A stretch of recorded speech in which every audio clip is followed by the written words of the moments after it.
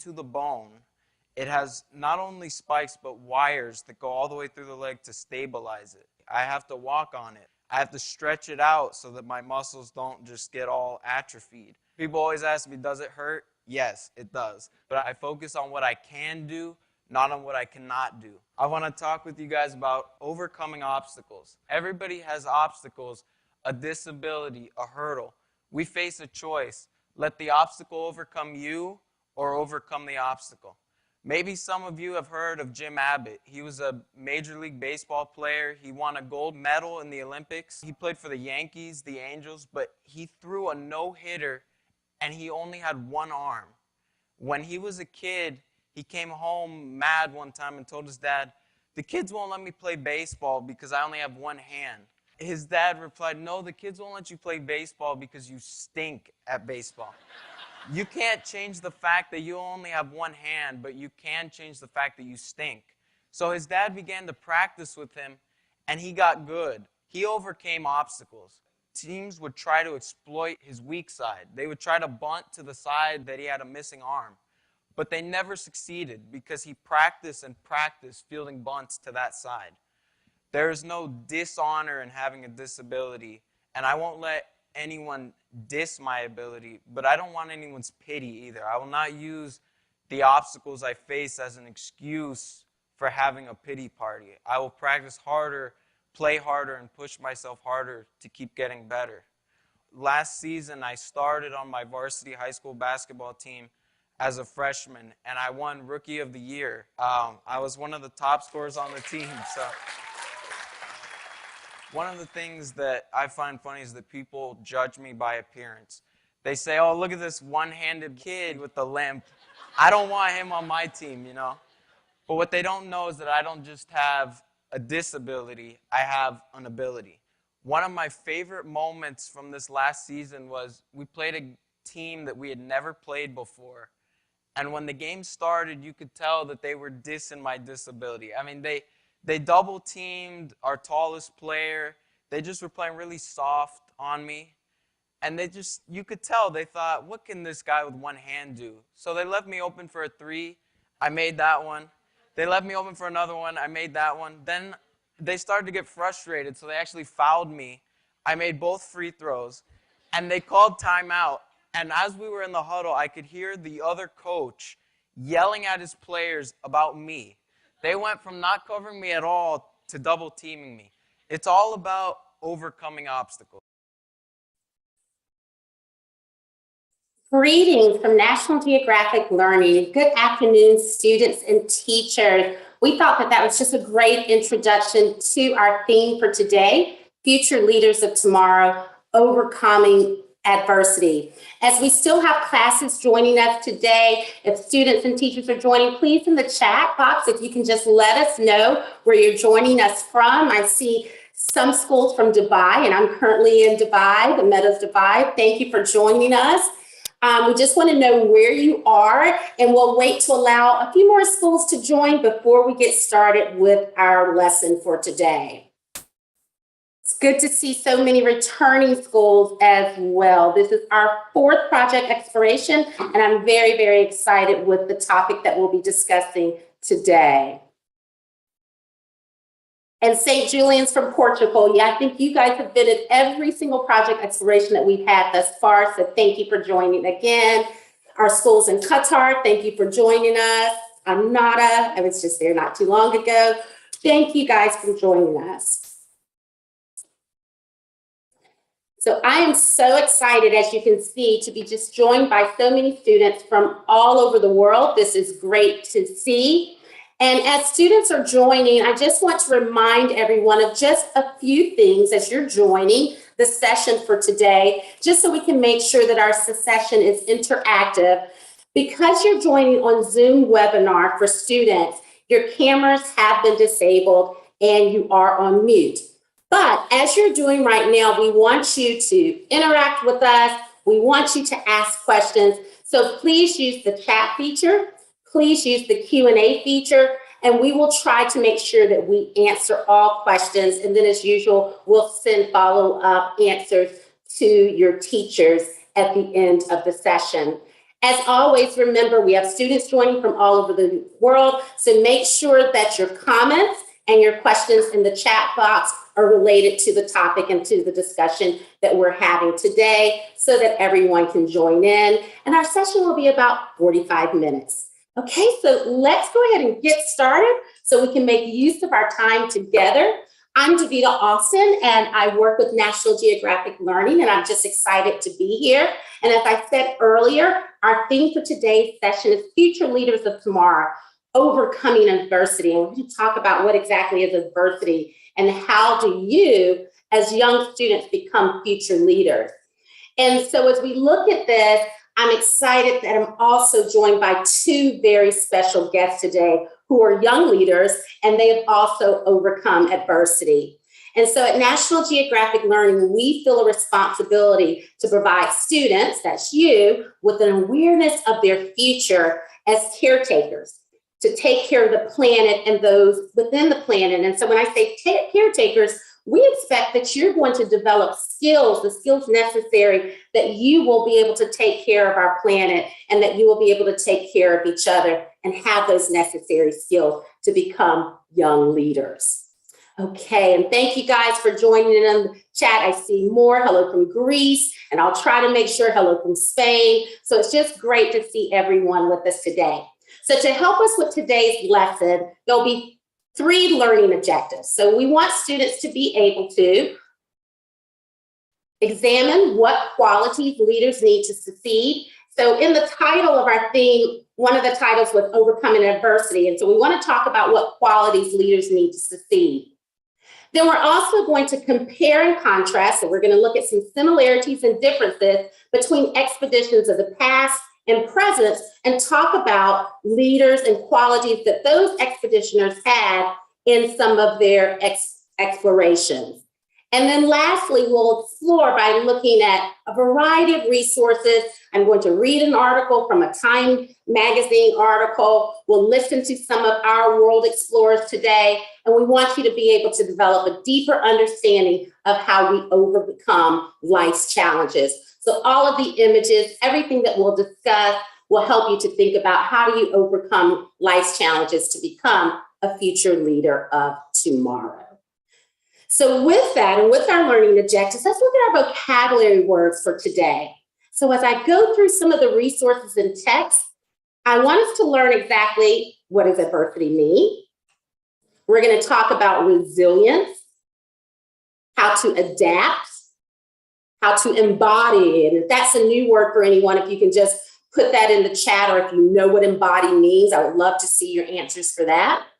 Inspire and instill. So you'll hear those vocabulary words throughout today's session.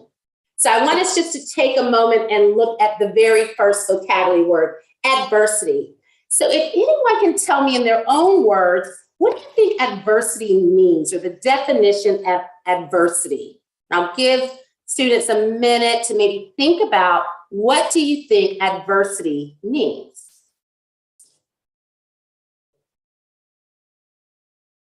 Let's see. And thank you guys. Hello from Saudi Arabia. Misfortunes. Thank you. Love that. Anyone else? Barriers. Thank you for that. Misfortunes, barriers.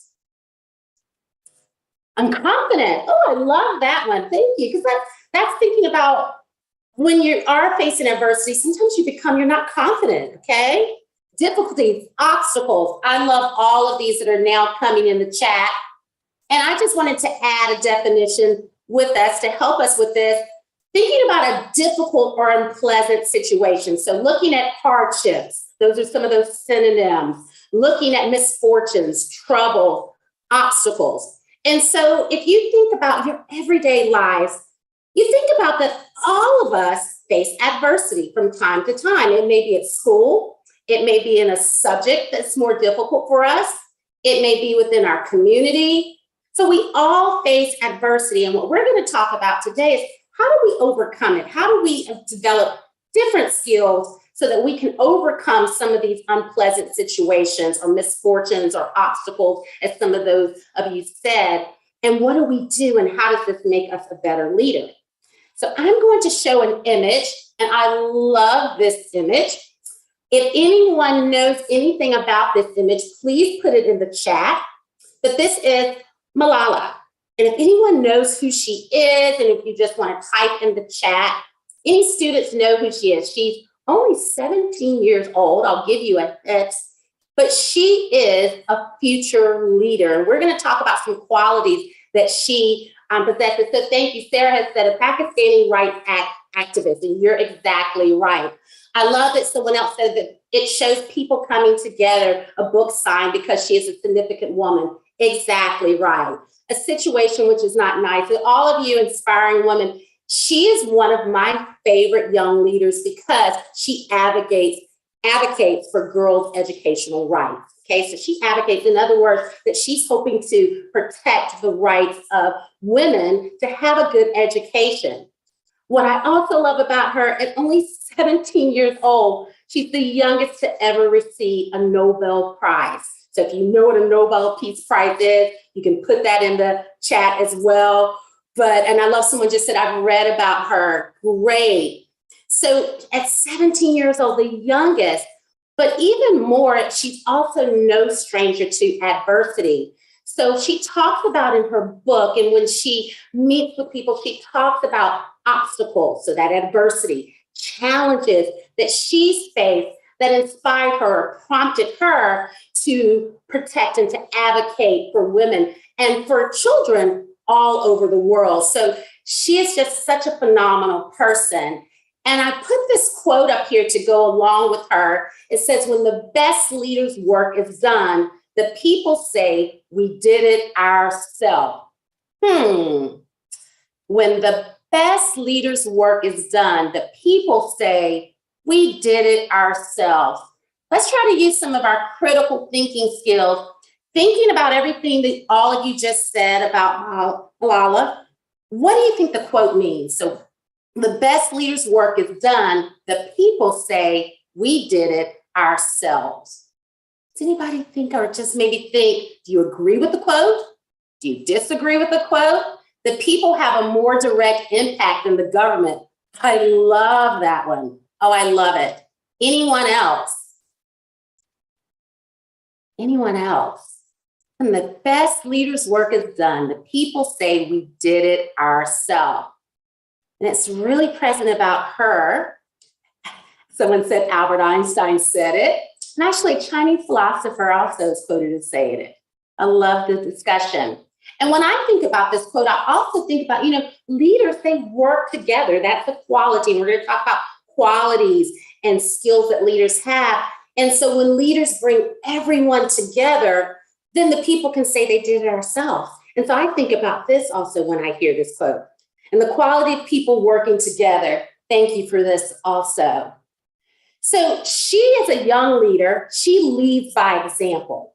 And we're going to talk about leading by example and how you as a student, how you can lead by example. But even more, I'm excited today because I'm joined by two leaders, two young adventurers, explorers, and they're known as the Turner Twins. And so the Turner Twins are British explorers who have undergone a host of pioneer expeditions to learn more about our planet. They have traveled everywhere from rowing the Atlantic Ocean, climbing Mount Elbrus, to trekking the Greenland ice caps. And they are just really phenomenal. And they're also no strangers to adversity. And they go where no one has gone before. So I'm so excited to be joined by Hugo and Ross, the Turner Twins. And I'll turn it over to you guys just to introduce yourselves. Hello, everybody. Thank you so much, DaVida, for having us. And yes, we are adventurers. So if anybody's got any ideas what an adventurer is, please put it in the comments below, because we'd love to hear your thoughts. Even we have a different idea on what an adventurer is. But as DaVida has said, we go all over the world to try and understand more about the planet through science and technology. And we're going to talk to you a little bit about one of our trips today. How did we get into adventuring? Interesting. And it all came, unfortunately, Hugo there broke his neck when he was 17. And at that age, you've got the whole world kind of to explore, to go off and find your own feet. And we found ourselves in hospital having a neck reconstruction, or at least Hugo did. And that really kind of put life into perspective for us. We thought, you know, life is very fragile. Let's make the most of it. So we went off, as DaVida said, we rowed across the Atlantic Ocean from West Africa to the Caribbean. And then from there, we've filled our, I don't know, but the last 8 years or so with adventures around the world, trying to give knowledge and highlight the world in different and wonderful ways. So we will come on to an expedition that we did a few years ago, later on in the talk, but it's great to connect. If you have any questions about kind of traveling, adventures, what we've done, please, there's no question that we won't answer. Thank you both. And so I want you to help me with a pre-activity. I asked students prior to joining the session to complete a pre-activity, just so they could start thinking about qualities that leaders need to succeed. And so students, if you didn't get a chance to do it, I want you just to look at the concept map here. And I want you to think about leaders that you may know at school, within your communities, or world leaders that you recognize and that you admire. And I want you to think about some common characteristics that these leaders may have. And so I've done one to help you out. So I've put resilience.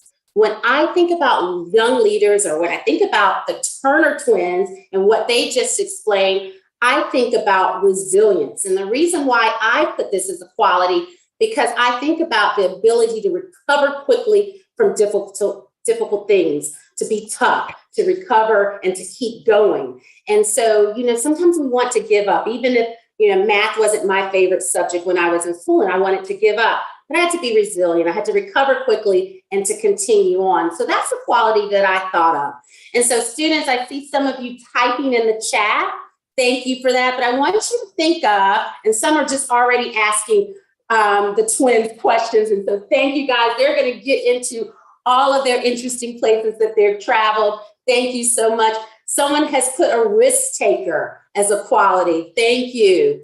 So a risk taker, someone that, and I love this, sending reinforcements to Ukraine, even when they were threatened by Russia.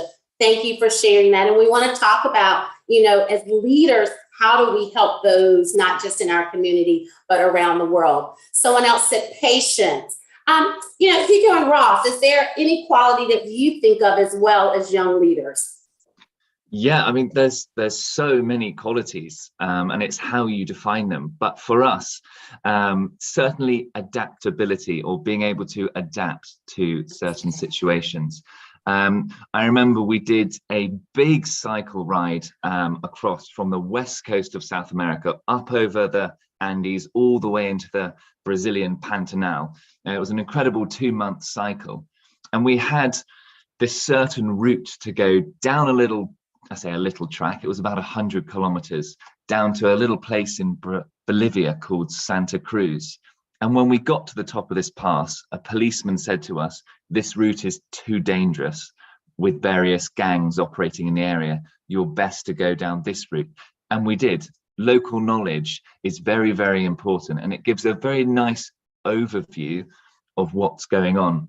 And so our adaptability was to go from one route that we had our mind on, and we thought, no, let's be adaptable and go for the safer route. And I've got to say, the biggest quality for us, again, collaboration. You know, that collaboration, that teamwork, working together, because we're all at some point in our lives going to be part of a team, working together. I mean, by definition, a family is, you know, something together, a team. So, you know, making sure that when we're on these trips that we go with somebody that knows what they're doing. So collaboration, so that's working with other people to find a solution to a problem. And when we go on our expeditions all over the world, we generally take a guide. So a guide is somebody that knows the area that we're working in, somebody that knows the local culture, somebody knows the dangers. So, you know, being open to being, you know, knowledge from other people is really, really key. I think the important thing with collaboration also is the honesty in not knowing everything. We're not experts in all the different places we go to. So surround yourself with people who know that, so that it makes you stronger and there's more chance of success. Thank you for sharing. And those are just great examples. And I'm trying to get some from the chat. There's so many coming in. So I love collaboration, adaptability. And then some are saying risk takers, patience, determination, being brave. I've typed some on the screen. So thank you guys for all of the participation. But we want to think about what are some of these skills or these qualities. And I love the examples, Hugo and Ross, that you gave as you've been exploring around the world and thinking about overcoming adversity. And then how do you do that and what qualities do you need to be successful? So thank you for sharing those. I'm going to just clear the screen for one moment and let's just continue to go on. I love the participation. I think this is probably the most participation we've had out of all sessions. So thank you for that. And we will make sure that we get all of your questions, and some the twins will make sure that they get to as they go through the presentation, and then we'll get some at the end. Okay, so thank you guys for all of your participation. I just want to put this chart on the screen, and I want us to just read it together. We're going to skim it together, actually. And I want us to look at, this is some research that shows, what are qualities that students, what qualities do they need as they enter university, for post-secondary. When I say post-secondary, after you graduate from high school and you go into the workforce, what are some qualities that you need? So I'm actually going to start on this side of the chart, and I just want to look at the top 3 or 4, because as students, as you're working in your classroom, as you're working with your peers, I want you to think about what are employers looking for? What do they believe are some of these skills that leaders need? And so one of them I love is teamwork. So, when your teachers are asking you to work in groups and how do you collaborate, as Hugo and Ross said, it is because this is an important skill that you need to become a future leader. And I love the second one is effective communication. So we're all about how do we communicate effectively. Do you, when you present in class, do you communicate? Do you present orally? And so thinking about your communication skills. And then are you able to adapt, which is one of our vocabulary words? So are you able to adapt? Are you able to embrace change? So are you able to move with change quickly? That's another skill that employers are looking for. And then just the next one, I won't read all of them, but innovation. So you're an innovator. So usually when I host the project explorations, I always ask students at the end to take action and to create a project. So if you're an innovator, can you think outside of the box? Do you have creative ideas? Because these are some of the skills that we're looking for when we say becoming a future leader. Do you have these skills? And if you look here at the bottom of the diagram, I love the bubbles, because this just shows that you can learn leadership skills. You're not necessarily born with them. You are able to learn these skills. So as middle and high school students gathering us today, one of the reasons why we really enjoyed this topic, because we want you to understand and think about what skills do you already have, what skills can you build on, and how can you, like Hugo and Ross, become adventurers? Or how can you become an activist? How can you think and become a young leader? Okay, so I see more questions. Let me see if I can at least get to one. And I love someone put the ability to adapt in difficult situations and also to adapt to the opinion. Ooh, that's a big one, of other people. So this is one for students. Can you take feedback? Are you able to adapt to the opinion for other people? Are you okay to listen to the opinion of other people? Love this selflessness and fairness. I love the comments. And commitment to the team, someone else is saying. Thank you for these. So we're actually going to, now you get to hear a little bit more about Hugo and Ross. But as we do this, and I'm going to turn it over to them in a minute, we're going to talk about world explorers in the past and world explorers of the present, okay? So we're going to look at an exploration that took place in the early 1900s. And we're also going to talk about some of the same expedition, but now in the present that Hugo and Ross did. And so Hugo and Ross, can you talk a little bit about the explorer Shackleton and some of his work before we begin to read the text and learn a little bit more about him? Yes, so Shackleton, particularly in the United Kingdom, is a very prominent explorer, purely for his heroism and bravery down in Antarctica around 100 years ago. Some of you may have seen in the news that his ship Endurance was found in Antarctica probably 2 weeks ago. You see how preserved it was? Amazing. And so what we wanted to do very simply was find out how hard it was to be an explorer 100 years ago. New science, technology, clothing obviously helps us to live easier in many different environments around the world. But as you can see Shackleton here on the left there, the black and white picture, that was 100 years ago. He went down to Antarctica for over 2 years and there were no plastics. Everything was natural. His leather shoes, his woolly jumper. And so we really wanted to find out how hard it was. And being twins, we're genetically identical. So we can compare one kit and clothing with another kit and clothing. And we had a little bit of science involved in the trip to uncover and really just relive some of his experiences. What I'd like to know is if you can comment below, and we'll come on to the more about this expedition where we compared the old versus new clothing and technology, but I would like to know who thinks the old is going to be better or who thinks the new is going to be better. DaVida, Great question. What do you think, DaVida? The question is, do we think the clothing, the new or the past, will be better? Is that correct? Yeah. You know what? I'm going to go with old. Ooh. You see, a lot of people are commenting saying the new is going to be better. I know. It's really interesting. And I love that some people are giving their reason why. New because better in the future. It's adapted. Yeah. One of the really impressive things about Sir Ernest Shackleton and this endurance expedition, as it became known, is that not a single one of his men from 1914 to 1916 perished in Antarctica. So every single crew member lived, which in those days is unheard of. You know what? This is a question for the Turner twins and really just for students. And I'm going to ask target for the students. When you think about Antarctica, does everyone know where Antarctica? Can you point it out on the globe for me? We know where Antarctica is located, just so we can put a little relevance in which we're thinking about where they're talking about. Let's look at the world and let's see. Do we think we can say where it's close to? I'm going to put a little hint up here in a minute. But way down here, okay? So Hugo and Ross are here. I'm in Dubai.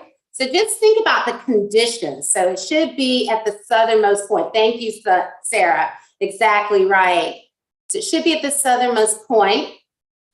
And can you think about maybe the conditions that were there? Southernmost point, Antarctica, as we get into some of the literature and hear about Shackleton's expedition. And do you want to add anything to that, Hugo and Ross? No, I mean, you've obviously got the North Pole above us and the South Pole. We were chatting earlier saying there's no polar bears in the South Pole. Yes, we were. Which is really interesting because some people think polar bears are both North and South, but they are only in the Northern Hemisphere. Okay, so let's look. So I'm just going to read some excerpts from this New York Times article, and it's called The Leadership Lessons from Shackleton Expedition. And the Turner twins are going to help me with this, and we'll stop so you guys can ask questions. But we wanted to start hearing a little bit about what happened in the early 1900s, why Shackleton considered a leader of his time, and then the Turner twins will share their expedition. Okay, guys, so let's listen, let's find out. And actually, as we were going through this and talking about this, they gave even more information, the Turner twins, things that I didn't even know just from reading the article. So let's hear a little bit about, and actually I'm going to let you guys start. If you could just tell us about the first explorer and how this started and some of the attempts that Amundsen made as well before Shackleton. Yeah, so Amundsen was a very successful polar explorer. He beat Scott, who was another English explorer, to the South Pole just before Shackleton went on this expedition in 1914. Amundsen was a very, very efficient Norwegian explorer. He was the first person to cross Greenland in 1888, amazingly. Cast yourself back to how long ago and what they were wearing. He was the first person to get to the North and South Pole. And the skills he learnt on these expeditions, he was able to adapt. And he became a very, very prominent figure after World War I, relocating refugees. And he won a Nobel Peace Prize for it. So it's amazing, all these transferable skills. Yeah, all the skills you learn, whether it's in your backyard, playing around, whether it's a bigger adventure crossing your country, or even further to possibly a pole, north or south, you can adapt all these skills. Resilience, as we've been talking about, collaboration, they are transferable. And yeah, you get some amazing, amazing people doing some amazing things outside of the expeditions that they've learned. Thank you for sharing. So let's look a little bit and go in a little detail about the Shackleton expedition. And I'll start with just reading from paragraph 2. As we said, we're going to just read some of the excerpts from the text. So it says, and this really talks about what the Turner twins just discussed, but the race to the pole has long attracted leadership experts who like to contrast the Amundsen focus on efficiency and innovation. So we're hearing some of those skills that we talked about, what makes good leaders, with Scott's most deliberate dedication to scientific pursuit. So we're talking about different strategies from various leaders on these expeditions. But another polar explorer, Ernest Shackleton, faced harsh conditions in a way that speaks more directly to our time. The Shackleton expedition from 1914 to 1916 is a compelling story of leadership when disaster strikes again and again. So we're talking about adversity, overcoming obstacles, and we'll find out how Shackleton did this. Real leaders, wrote the novelist David Forster Wallace, are people who help us overcome the limitations of our own individual laziness and selfishness and weakness and fear and get us to do better. So real leaders, they overcome their own fears and they think about how to get us to move to be better. Harder things than we can get ourselves to do on our own. So that's in collaboration. Real leaders understand the importance of teamwork and working together. And this was something that Shackleton did as a part of his way to allow his crew to make it through these harsh times. Shackleton exemplified this kind of leadership for almost 2 years on the ice. What can we learn from his actions? And Hugo and Ross, is there anything that you want to add just at that point about his leadership skills and how he led his crew during the early 1900s, if you can imagine? I think Ernest Shackleton as a leader was very driven by the goal of getting to the South Pole, but he was also a great leader in terms of listening to his men. And I think there's a great example up from Scott. Obviously, sadly, the whole team died while trying to get to the South Pole. With Shackleton's men, they all survived. And I think that was because he was a bit more of a Democrat. He listened to people, he adapted, he overcame obstacles through collaboration. So I think there's loads of different lessons we can all learn. Some for all the listeners around the world might not be kind of suitable. Some might be more suitable for you. So it's all about just taking what works for you and kind of strengthening that. Thank you. And so just for time, students, we're going to read about one more paragraph. And I'm actually going to skip, and I'll let you, we'll just do some silent reading now just to read about some things that he did. I'm going to put some of the paragraphs here. But I love the very first one, and this really speaks to what the Turner twins were just saying. This capacity is vital in our time when leaders must often change course midstream.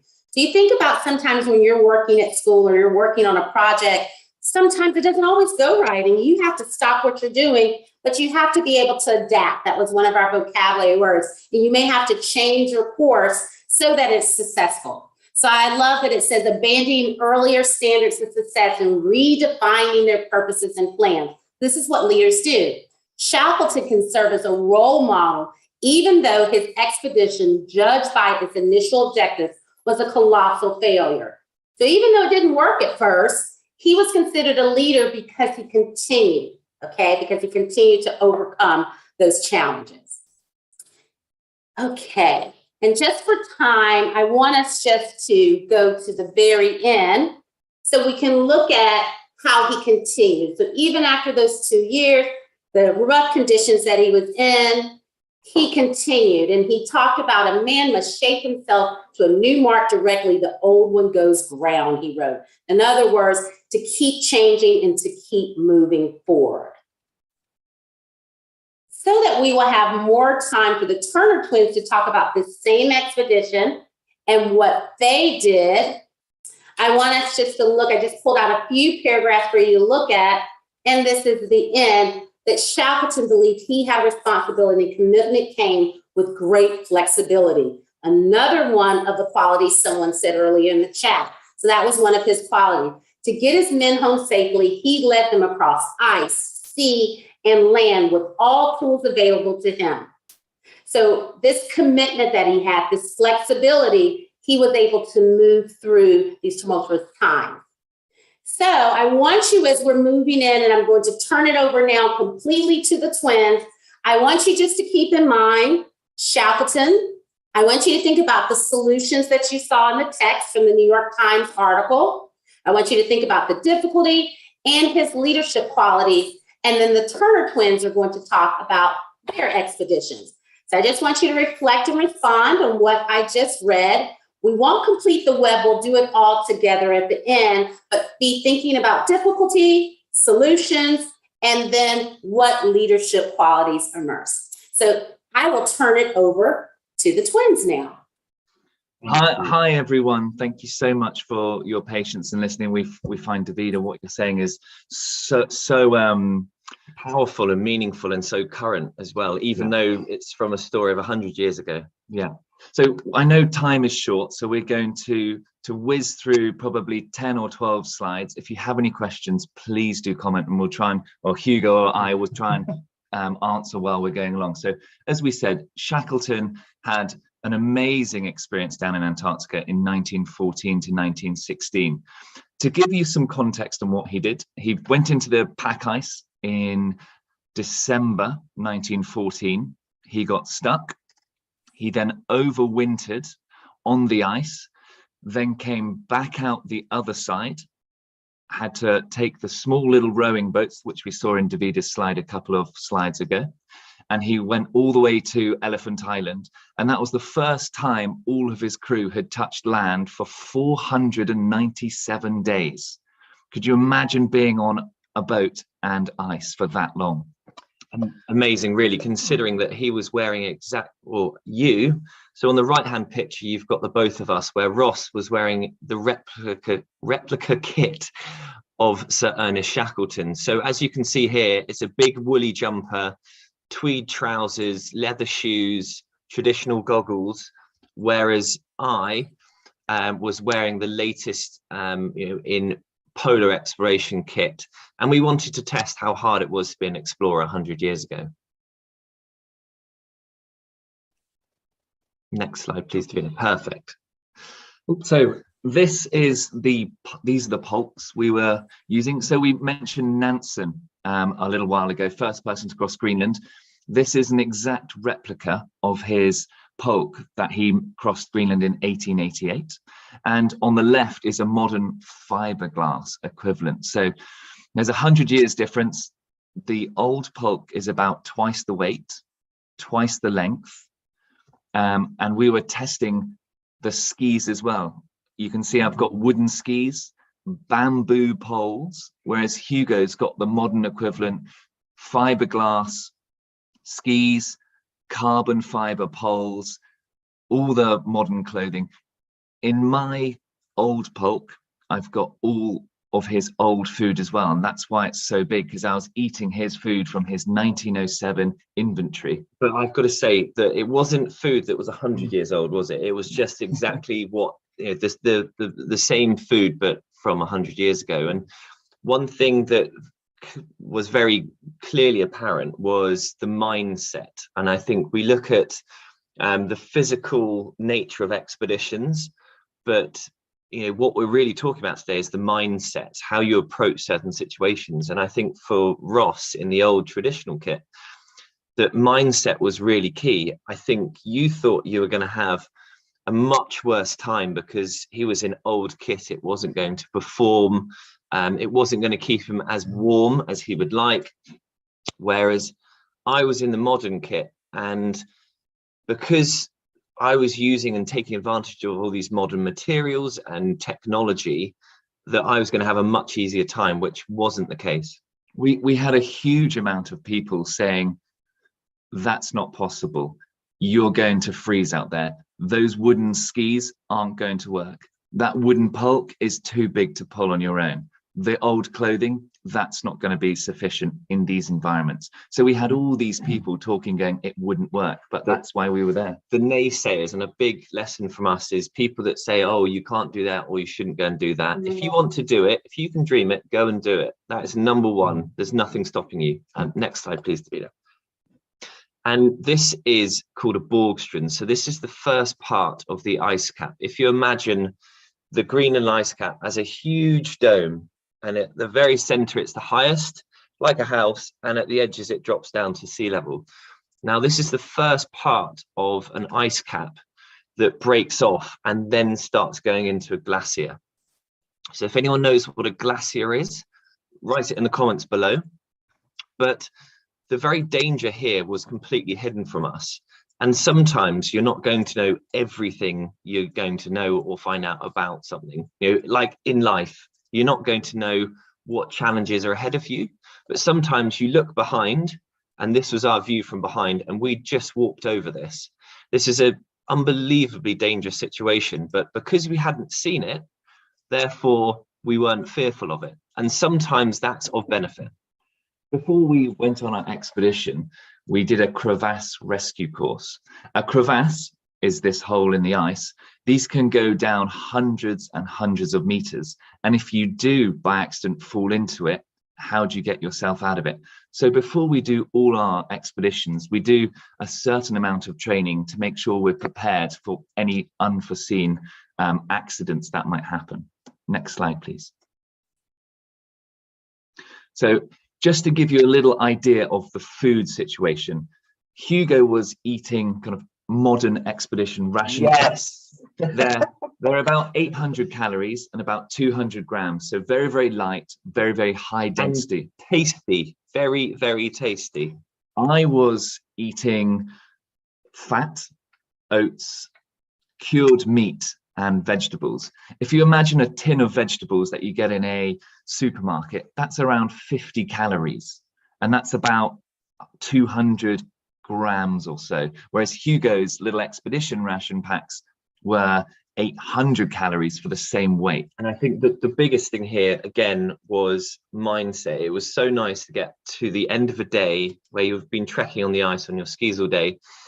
I would make a meal that was incredibly tasty, and then I could eat loads of chocolate, loads of sweets, loads of the things that your parents say you shouldn't eat because we are burning so much energy all day. Whereas Ross, what did you have to snack on? So I had just ginger nuts, some sultanas, and a Garibaldi biscuit. So not very tasty. Not a huge amount. Whereas Hugo's food took about 5 minutes to kind of heat the water up and then eat. I was here every day for about an hour, defrosting the vegetables, cooking the fat, the lard, and the cured meat. And that orange big container where your cursor is now is where I'd eat it all. So it took a huge amount more energy and time to kind of prepare my food, but that was the challenge of it. Next slide, please. So this is a really important picture because it outlines why people wear fur in the Arctic. So Hugo, right in the center of the image, you can see his eyelids and his skin around his face doesn't have any frost on. There's no snow. And that's because the fur around his face creates a warm pocket of air. So as he's breathing, it keeps it ice-free. I'm on the left, obviously, and I've just got wool. And you can see the effect of no fur is that the ice is creeping up onto my face and I'm starting to get frostnip and frostbite, which is not good to have on your face. And this was probably -40 at this point, and my hat is actually stuck out like that because that was where the wind was going and all the moisture has blown to that side. Next slide.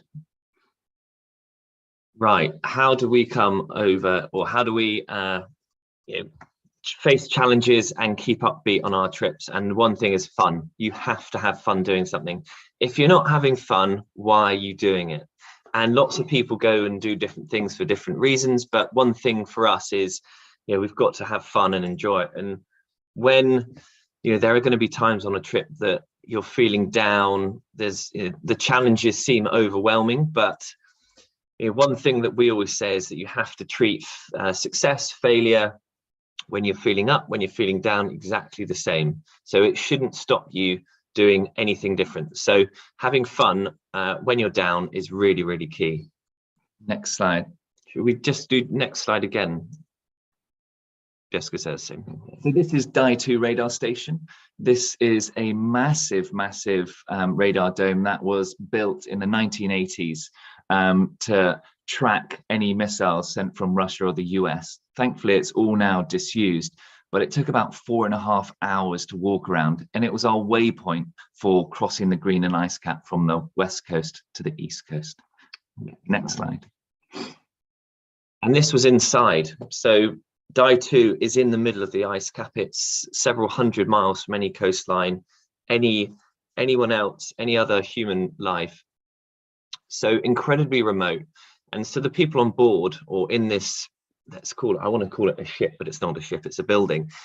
It can hold about 60 people for a year unsupported without any outside help. So obviously everybody who was at the station had to live there. So there's a pool room, there's this mat room, kitchens, galleys, bedrooms. It's like a hotel. Next slide. So over the course of 2 weeks, Hugo's knee started to get worse and he actually picked up an injury, which meant when we got to DAI-2 radar station, which is where this helicopter eventually picked us up, we had a really tough decision to make. Do we carry on and risk getting airlifted from a more remote location? Or do we stop, collect our thoughts, make a sensible decision and get an airlift out? It was the hardest decision that we've ever had to make because there was so much pressure on us to complete the trip from sponsors, from the media point of view, and also because we would have failed crossing the Greenland ice cap. And so after 2 days of coming up with lots of different ideas, I carry on, he goes back, we thought the best thing and the safest thing is to adapt to this situation. We always say the strongest tree in the forest is the most flexible one. So it bends with the wind. I think if you're very structured, that tree is just going to fall over and it's going to break. And so for us, we thought if we go on, we could end up breaking that tree. So we decided to get an airlift, sort Hugo's knee out, which needed a lot of time to heal. And then we can come back another day. And I think failure, I think lots of people look at failure in different ways, but for us, a failure is a lesson. And, we were successful in the sense that we got off the ice cap alive and in one piece. There's lots of people that go too far and end up getting a severe injury or dying. So for us, ultimate success was coming back in one piece, but also using failure as a lesson and learning what we'd learned, and identifying what we'd done well, what we hadn't, and ultimately we will plan to go back again and try it again, and that will always be there. If you have any more questions, I know we're tight on time. If you have any more questions, please just put them in the chat box. Please, if you have questions, we still have more time, so please make sure that you put any questions in the chat. And I love what you ended with, failure is a lesson. That really resonated with me and stuck with me. And working with students, I've worked with students for over 25 years. And when I think about students, if you can take one thing away from that, remembering that sometimes we don't always succeed, and that's okay. That's a valuable lesson, and you learn from your mistakes, or you learn from failures, and you learn the new strategies or new ways to succeed the next time or to get better at what you're doing. It's having that growth mindset. And so for teachers, I'm not sure if that's themes that you have in your classroom, but thinking of having those growth mindsets, and it's okay. So I love that you said failure as a lesson. Also, everything else that you showcased with us. And let's see, I think we have some questions that are popping in. Yeah, a couple of questions in the Q&A, so I'll pull those. Thank you, Lucy. Someone asked, why did you decide to go on this adventure in particular? Well, this year, when we attempted this expedition in 2014, it was the centenary, so 100 years since Shackleton attempted his expedition in 1914.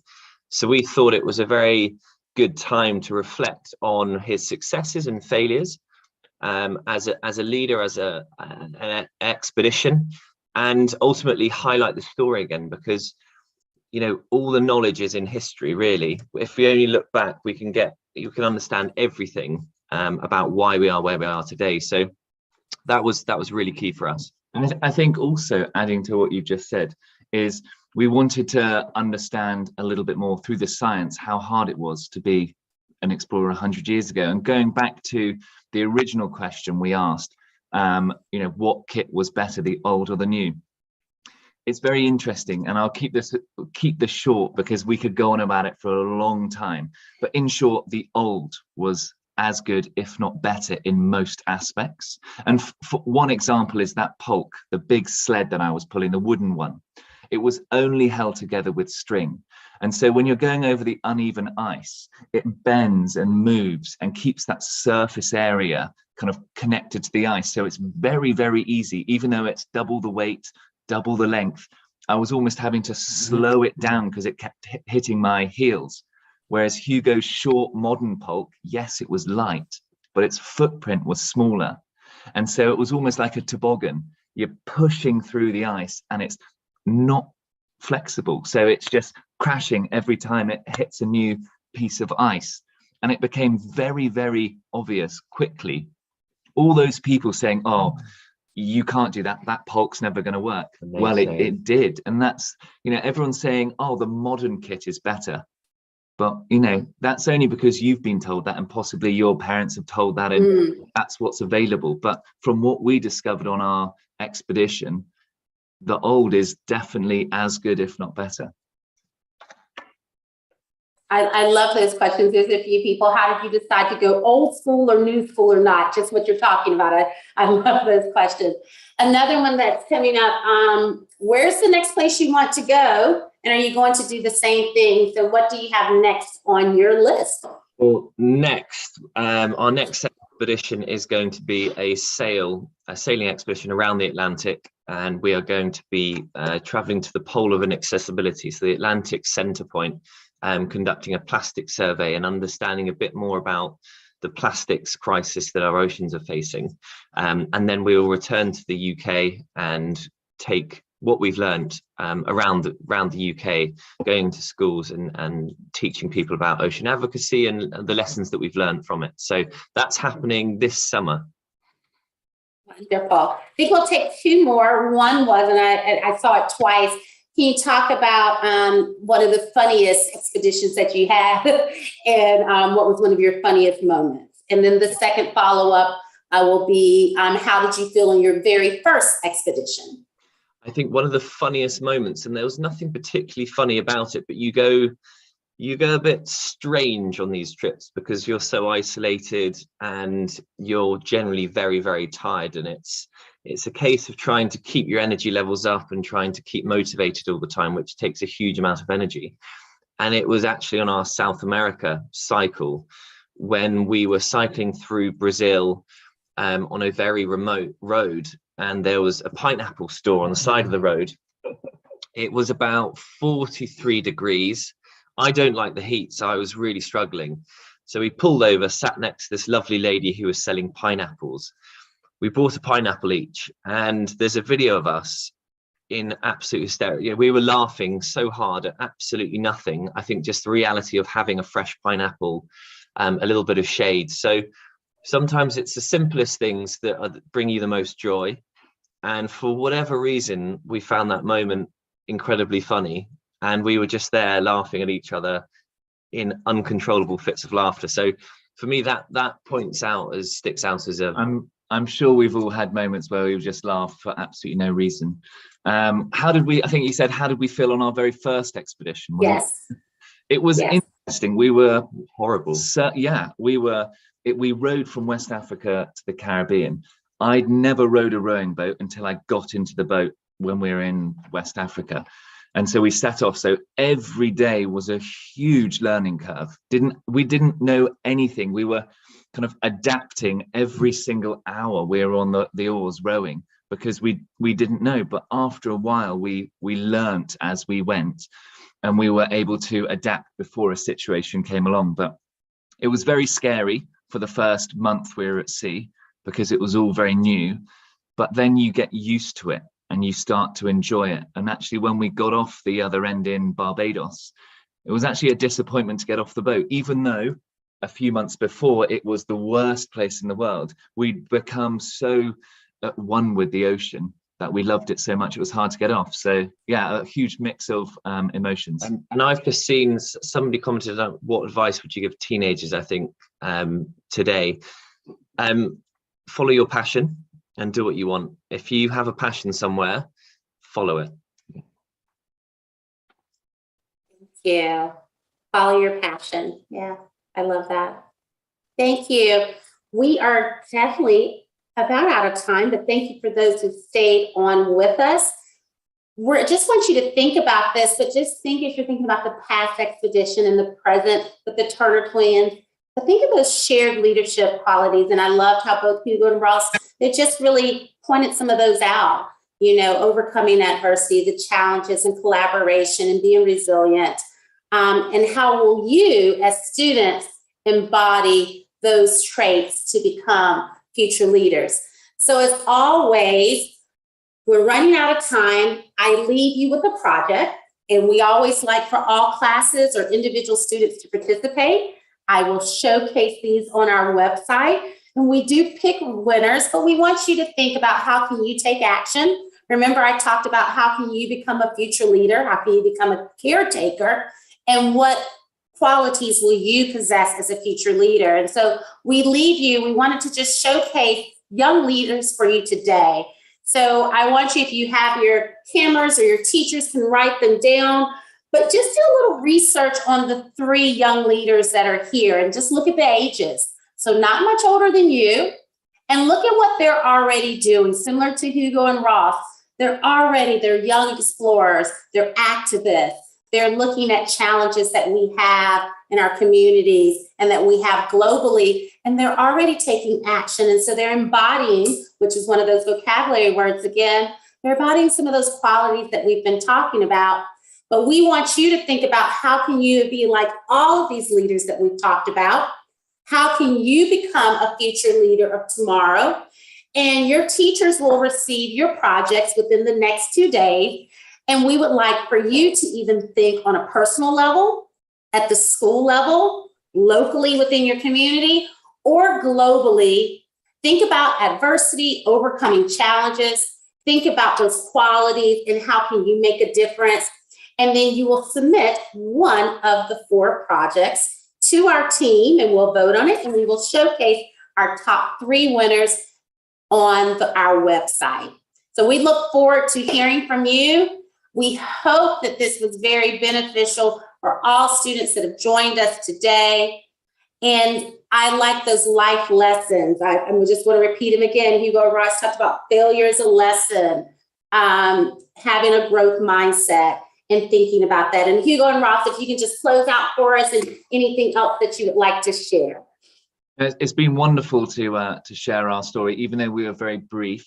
If you want to know more about what we've done, you can search the Turner Twins on Instagram or on the website. But going back to this graph, I think we've always been stronger together. And I think if you put togetherness, collaboration in the very center of this image here, if you're that person who's a little bit scared, a little bit shy of doing something, find a friend, find somebody who has that similar passion and go together. You'll be stronger. You'll be able to go a lot further than you think. So bear in mind, if you can't do things on your own, find somebody who you can do it with. Love that, togetherness. So think about that as the middle thread on this. And for teachers, if you just want more information, to receive more information about the resources that we use today, including these projects, the literacy strategies that we use, here are some of the resources that we use. We used it from our new middle school program, LIT, which is a literacy-based program for students in English and for multilingual learners. So thank you for joining us. And for more information and to see answers to some of your questions, we have been keeping track of questions that we weren't able to answer, and we will put these within the follow-up letter through Zoom for teachers so they can share with students. But for more information about us and who we are, here is our website, and please go on and you can actually view project explorations, previous project explorations from earlier this academic school year. So we hope you enjoyed it. Hugo and Ross, a huge thank you to both of you for participating with me today. I truly enjoyed and just loved listening to what you've accomplished and also about some of those life lessons that you've shared with students today. Thank you for having us. Thank you. Okay, and as we close, students, I'll just end with the TED Talk that we started with. As students are closing, if anyone wants to continue to stay on, someone asked, could I share the TED Talk from the beginning? So I'm just going to go back to the TED Talk, and as students are leaving, those that you want to just continue to listen to the TED Talk, I will restart it for you as we're closing out. Have a wonderful afternoon. Let me go back one. Going too quickly.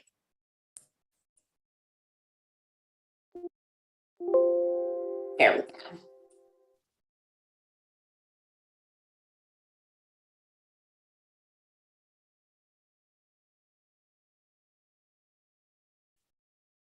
Hey. We'll put the video on our website because it's just not playing again. So thank you everyone for joining, and we'll put the video on our website for you to use. There it is now. Overcoming the obstacle of technology sometimes. Thank you everyone.